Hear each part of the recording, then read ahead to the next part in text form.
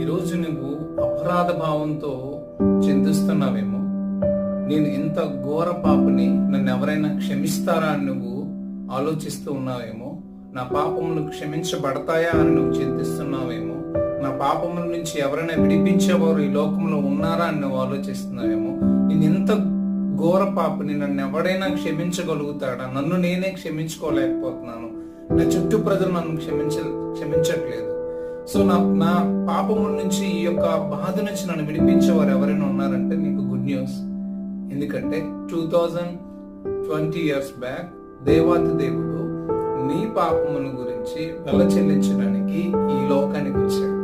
మనం చేసిన పాపముల కొరకు, మన అతిక్రమముల కొరకు, మన పాపములు విషయమై దేవుడు తన మీద శిక్షణ తీసుకున్నాడు. మన పాపముల యొక్క వెల మనం చెల్లించలేం గనక, మనం పాపులం గనక, మనం ఏం చేసినా దానికి